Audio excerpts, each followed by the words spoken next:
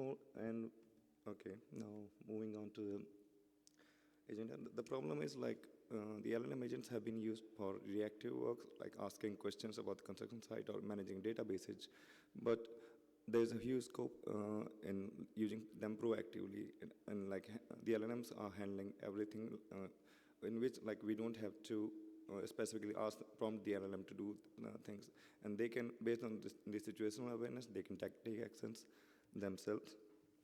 So what we have done in this work, we have made a conceptual framework of how to integrate LLMs in a construction workflow, and a simulated experiment using some experimental data to see how it works. And then we had some insights about and some lessons on how to create the things to keep in mind when creating such a framework. Now, the basics is the generic LLMs. They have static knowledge, especially in the multi-layer perceptron layers. So they can only answer the questions on which related to the data on which they have been trained. Then we have RAG, an advancement like in which they can access the external databases using vector embedding, vector databases. But even that has limitations. That is a reactive approach. Like it's like asking, okay, what should be this parameter, and check the documentation for this data. But then we have the React, which can observe its actions, and then based on that, it can change the tools that it needs to use. And then we have the multi-agentic system. I mean, we have multiple React agents which can actually integrate with different data input streams. So this is the conceptual framework that we have come up with. Again, this is similar to many of the generic LLM agentic frameworks. Now, in which we have multiple streams because the current LLMs can handle multiple multimodal data, including audio, video, images, and text, and also API. They can access information from various APIs. And then we have the memory component, and with the working memory is the in-context memory of the LLMs. And the episodic memory is the memory which contains the past interaction with the human, with the positive or negative feedback, which can be used later on for reinforcement learning-based fine-tuning of LLMs. And then we have the long-term storage, which contains both a knowledge graph and a vector database. Vector data can be used for unstructured data, and knowledge graph for more structured data, and because LLMs work better with knowledge graphs. Then we have the different kind of agents. And in this, we can have like different like resource allocator or quality management, different kind of agent which are specialized to specific tasks. LLMs are capable of a lot of things, but if we keep them specialized to a particular task, they generally tend to perform better, which we found out in our little simulation experiment. And then the tool calling, the LLMs are capable of handling multiple tools, and they can give like the response in terms of handling like external API, or a workflow automation task, or even natural language instructions.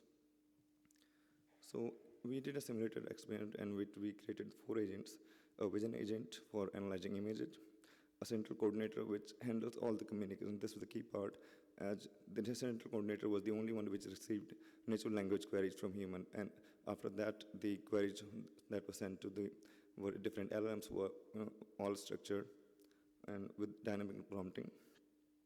And then we have a knowledge graph agent, which handles the Neo4j server, and a notification agent, which handles communication to the end user. So this was a simulated experiment in which an image, on the back end, the LLM used here is Gemini 2.5 Flash.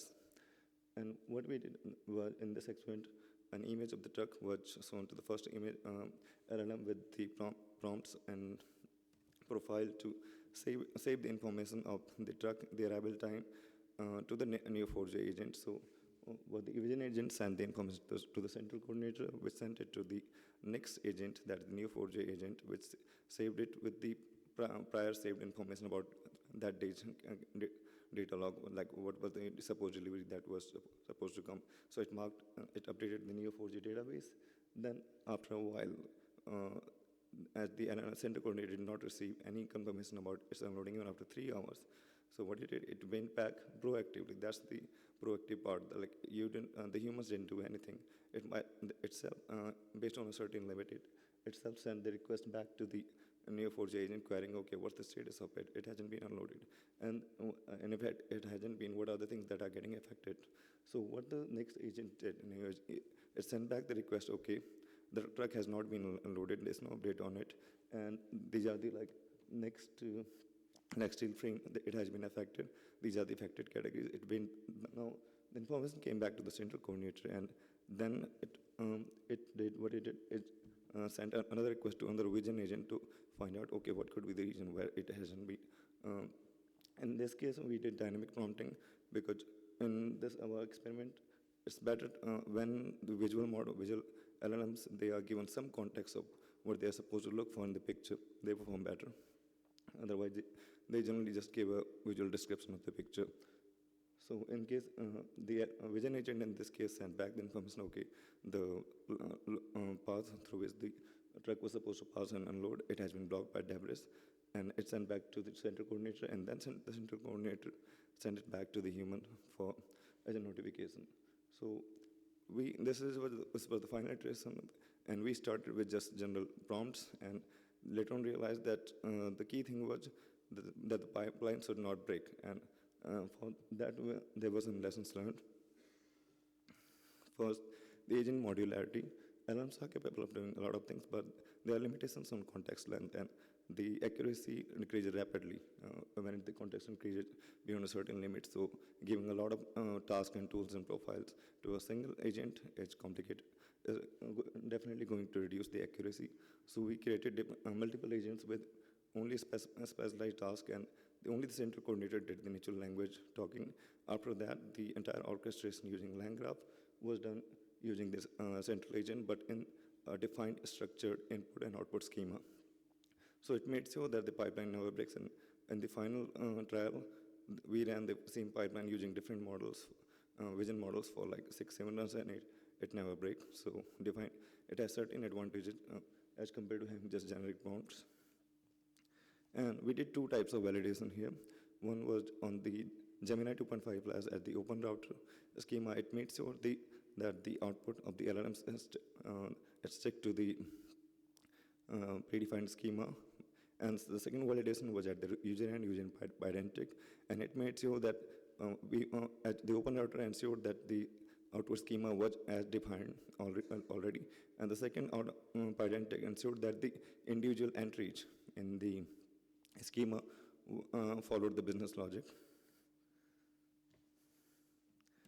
And the state persistence. The key thing is the state. When prompting the LLMs and passing the information between different agents, we made sure that the individual agent was only given sufficient information for it to perform the task. That's why we called it dynamic prompting. We gave the LLM a profile, but with only the context that it needed to perform the task, and not the entire chat, because again, the context length limitations. So when creating such an agentic system is best as a good approach to just limit the, even the LLMs are capable of handling a lot of context accurately, but for if we need more deterministic approaches, it's a better approach. And we also, knowledge graph, it has also been mentioned in many other research papers that knowledge graphs are a much better database than other SQL-based databases for LLMs to handle, because of their relations. They defined a clear relationship between different elements, so LLMs don't have to guess, and there's no ambiguity left about what should be the final answer, so there's no hallucination. And another thing is like the episodic memory that we introduced, which can be used for later fine-tuning the LLM, because in the end, after this interaction with this conceptual system, the humans can give the positive and negative feedback, just like you can on ChatGPT. Sometimes you get to pick either thumbs up or thumbs down for the individual chat response that the LLM gave. So in that case, that can be saved and later on used for fine-tuning the model for specific scenarios. The limitations were that no real-world data was used, so it was all of the data was like experimental and simulated. And to a great extent, this was a very small experiment, and even you could say that this could be automated using like a simple Python script as well, because it did not require LLM's reasoning capabilities at this point. So it doesn't demonstrate the real-world complexity that the LLMs can handle. And same with knowledge graph. We didn't use vector embeddings in this case, so there was no graph rag, but because of the simple structure. But in case of larger real-world applications, we would definitely need a vector database to do graph rag. And the central coordinator it handles everything, all the structured input and output, but it may become a bottleneck for like a query that don't require that kind of reasoning or are very straightforward. So our contribution here is like a conceptual model and some learnings on what are the things to keep in mind when creating a multi-agentic system for construction workflow.